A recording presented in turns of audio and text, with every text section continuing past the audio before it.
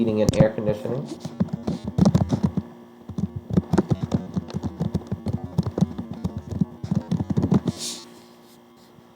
So is the author or source an authority on the subject? How do you know? Okay, so for Explain That Stuff,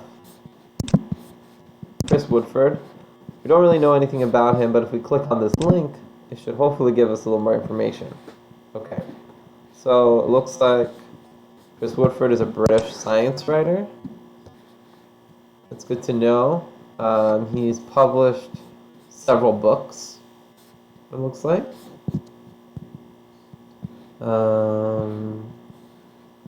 Okay.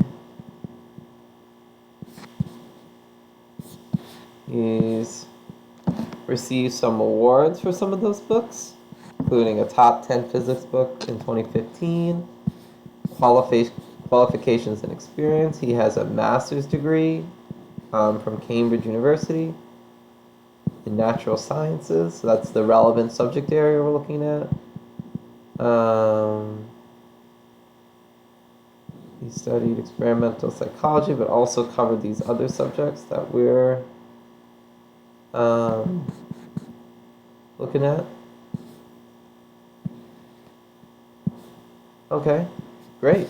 So looking at this, he seems like he would be a qualified author for an article like this.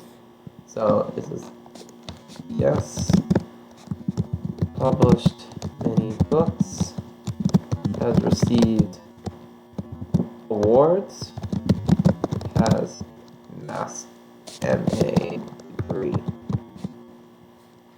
So in this box, you want to be putting in the qualifications that our author has. So to Explain That Stuff, our author Chris Woodford has some really good qualifications. Okay, so for the U.S. Library of Congress, let's take a look. So the Library of Congress, this is the federal government. So the federal government creates the Library of Congress as a record for information. So this is generally a very trustworthy website for things like science information. I'm going to go ahead and put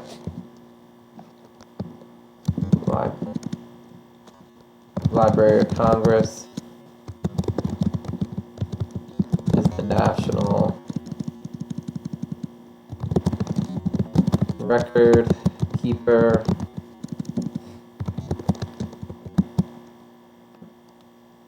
and largest library in USA. So you can generally trust the information that are coming from federal agencies, especially from the Library of Congress. All right, Mac Morris, heating and air conditioning. Okay, so this website looks like it's made by a company that primarily exists to sell air conditioning units. They look like they serve the Charlottesville area, so it's a local air conditioning company. They might have to deal with issues like static electricity, but I would not consider them an authority on the subject of static electricity.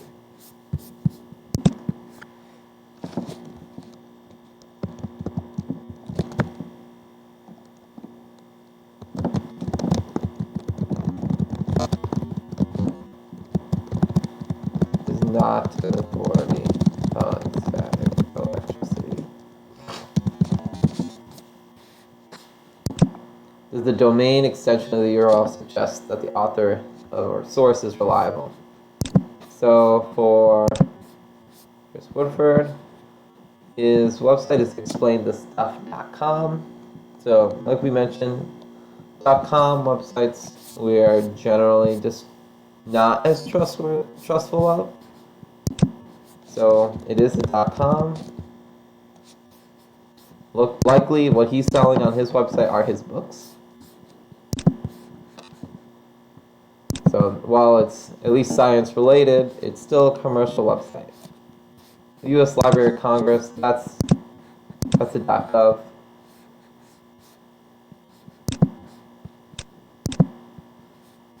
LibraryOfCongress.gov.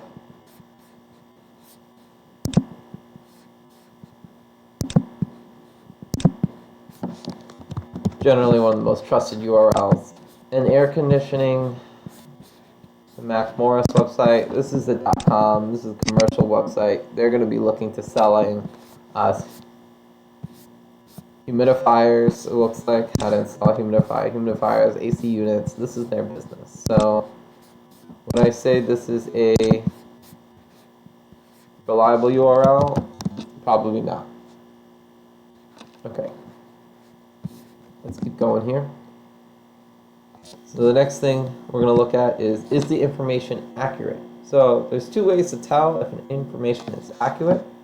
Is there a list of references? Is there a list of references?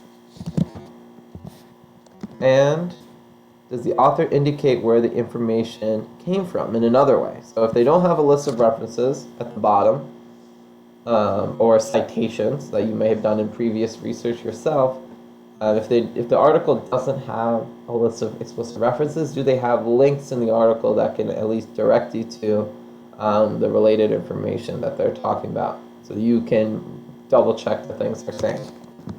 So, are there other ways that show where the info came from, like links? Okay, so let's go through our websites. So explain that stuff. I don't see sources listed in the website other than explaining where these pictures are from. And then when I look at the bottom, where you might normally find the sources, they tell you where you can go for further reading. But that's not the same as listing your sources. Again, further reading here.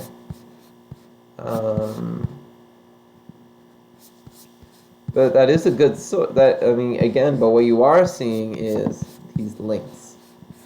So when you see these links and they're embedded into the article, this is a way that you can use to make sure that what they're saying about that subject, you can click that link and see if that website. So for him, it links back to more articles that he's done in some cases. And then in other cases,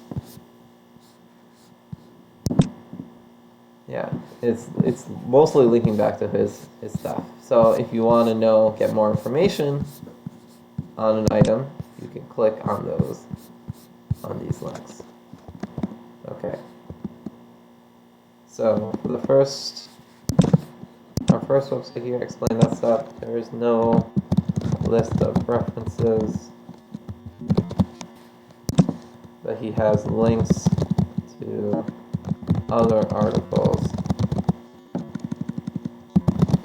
on the website to explain things further, and links to other resources at the bottom. Okay, that's great. Let's take a look at Library of Congress. Library of Congress. Let's check the bottom real quick. So we've got related websites again. It links to other sources of information that you want to dig further in or double check the information